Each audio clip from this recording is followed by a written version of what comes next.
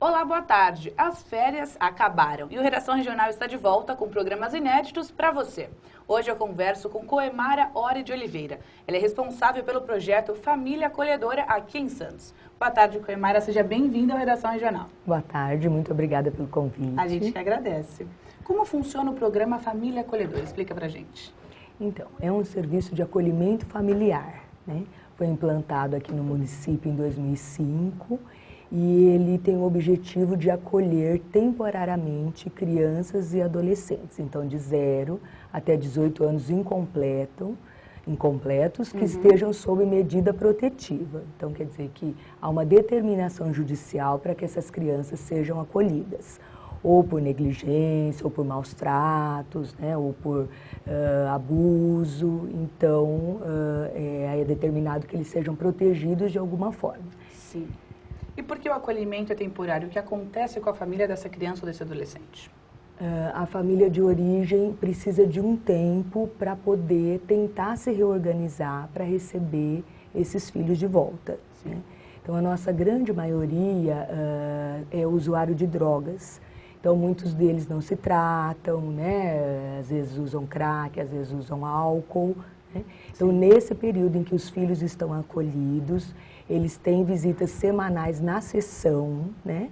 Então, a família acolhedora traz a criança para o serviço e os pais vêm visitar semanalmente para que seja mantido o vínculo. Sim. Então, nesse tempo em que os filhos estão acolhidos, eles são acompanhados o tempo todo pelo nosso serviço, encaminhados para os programas de transferência de renda que existem no município, né? Tratamento, acompanhamento para essa reorganização familiar e o tratamento para dependência química. E é dado algum tipo de apoio a essa família que está em risco?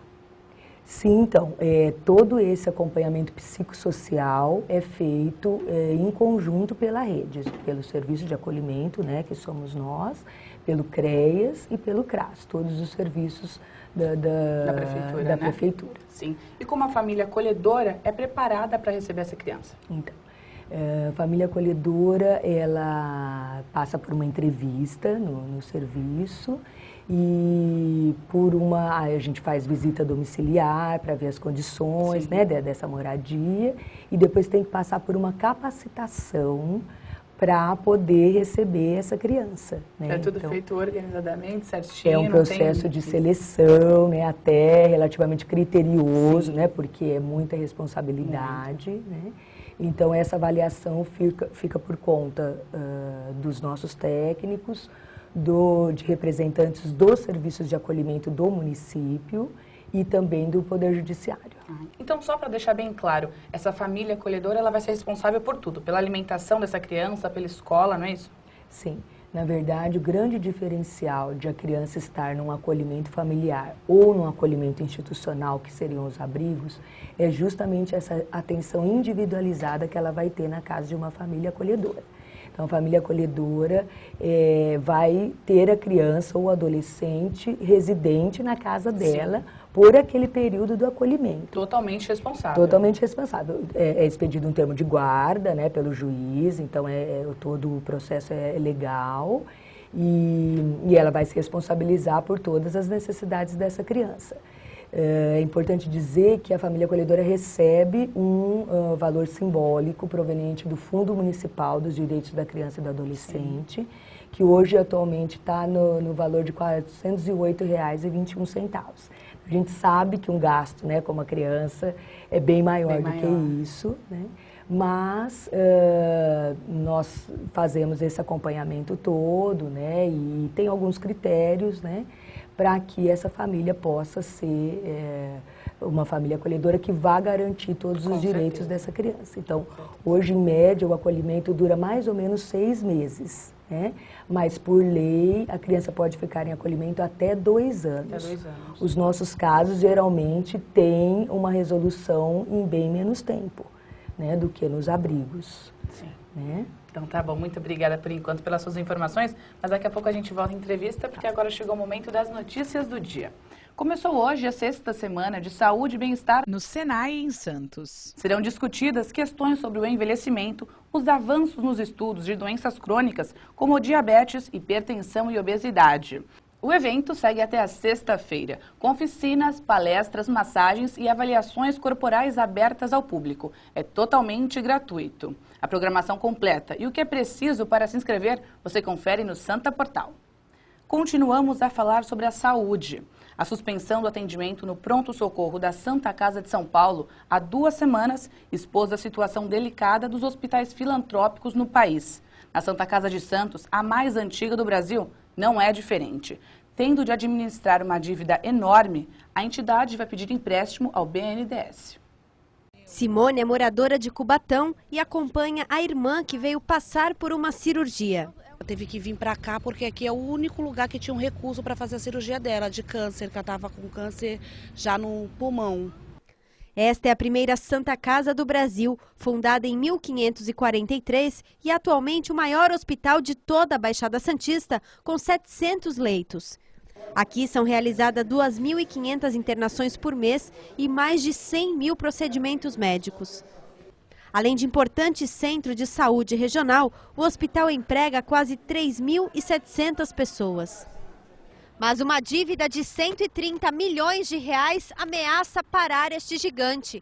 A receita do hospital chega a 22 milhões e as principais fontes de renda são o aluguel de um prédio que abriga uma universidade pública e o faturamento com o estacionamento. Mesmo assim, o déficit mensal da instituição chega a 2 milhões de reais. Antigamente, a nossa inflação era uma inflação muito alta e o SUS, na época, ele demorava muito para repassar os recursos. E, em vista disso, a Santa Casa começou a sofrer uns déficits anuais e que ele vem se acrescendo a cada ano. Como os hospitais filantrópicos atendem 50% do Sistema Único de Saúde no Brasil, né, ele realmente precisa ter uma remuneração um pouco melhor do que hoje é paga. E como cortar gastos sem prejudicar o atendimento? A diretora financeira da entidade garante que é possível. Essas medidas, elas têm que viabilizar a operação do hospital, da gente sair a gente tem um déficit operacional hoje, da gente reverter isso no período de 10 anos. Então é uma coisa que vai ser gradativamente, não vai ser nada do dia para a noite, porque as coisas não são assim. Para reverter a situação, a provedoria tenta agora obter um empréstimo junto ao BNDES. Com esse dinheiro nós vamos zerar esse débito que nós temos com a Santa Casa e, evidentemente, nós estamos agora promovendo uma série de mudanças dentro da Irmandade e, com isso, ter o objetivo de, primeiro, controlar um pouco mais as despesas da Santa Casa, reduzindo as suas despesas, com medidas administrativas que nós estamos inovando, e aumentar, inclusive, a nossa receita através de uma melhora no sistema de faturamento quanto aos vários convênios que nós temos, inclusive sobre o Sistema Único de Saúde. Não há risco de fechar as portas? De jeito nenhum, não, de jeito nenhum. A gente está tendo a colaboração aí dos médicos, os próprios fornecedores têm entendido, e a gente está fazendo a nossa lição de casa, que é aprontar esse projeto o mais rápido possível, com a garantia de que o próprio ministro vai intervir no BNDES, junto à Caixa Econômica Federal, para que a gente seja exitoso. Se Deus quiser, até o fim do ano, a gente vai estar com uma visão mais positiva. Coemara, o programa não é voltado para quem quer adotar definitivamente uma criança, não é isso?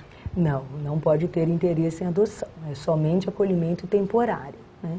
Os requisitos básicos para ser uma família acolhedora é ser residente no município de Santos. Sim.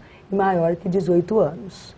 Né? Lógico que tem algumas outras questões, né, como não ter incapacidade física, mental, não ser dependente de drogas, né? Claro que tem algumas questões aí que também vão ser avaliadas, mas basicamente é residir no município de Santos e ser maior de 18 anos. Sim. E quantas crianças, em média, crianças e adolescentes, são beneficiadas atualmente? Então, desde quando o serviço começou o seu funcionamento, já foram 108 acolhimentos até hoje.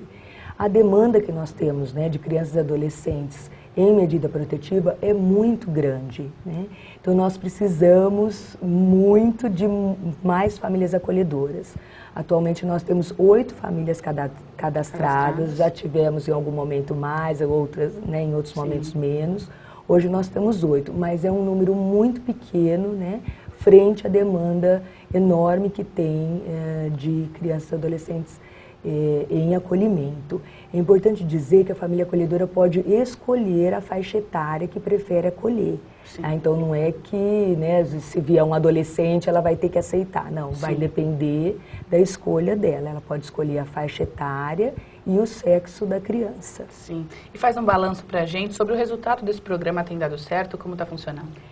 Tem dado muito certo, né? É um serviço que é muito respeitado, né? Hoje em dia o acolhimento familiar tem prioridade ao acolhimento institucional.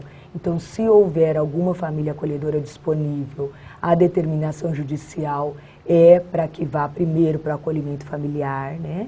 Sim. Mas como o nosso número ainda é muito pequeno, os abrigos estão lotados aí de crianças justamente porque não tem família acolhedora para ser inserido, né? Sim. Mas assim, o diferencial é muito grande, porque assim, por mais que eles cuidem bem, né, nos abrigos, são muitas crianças, às vezes para poucos funcionários.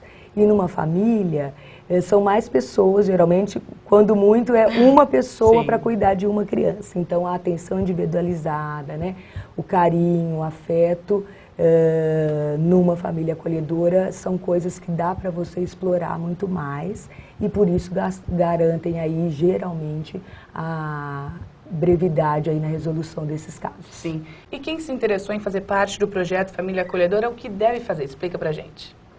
Pode se dirigir diretamente à nossa sede, que fica a Rua Miguel Presgrave, 26, no Boqueirão. Ou pode entrar em contato pelo telefone, que é o 3251-9333. 3251-9333, é isso? Isso. Muito obrigada pela sua participação aqui, Coemara, e por todas as suas informações. Eu que agradeço. A gente agradece. O primeiro Redação Regional deste segundo semestre fica por aqui. Se você quiser rever essa edição no Facebook e no Santa Portal tem tudo explicadinho. Eu volto amanhã e espero você. Tchau!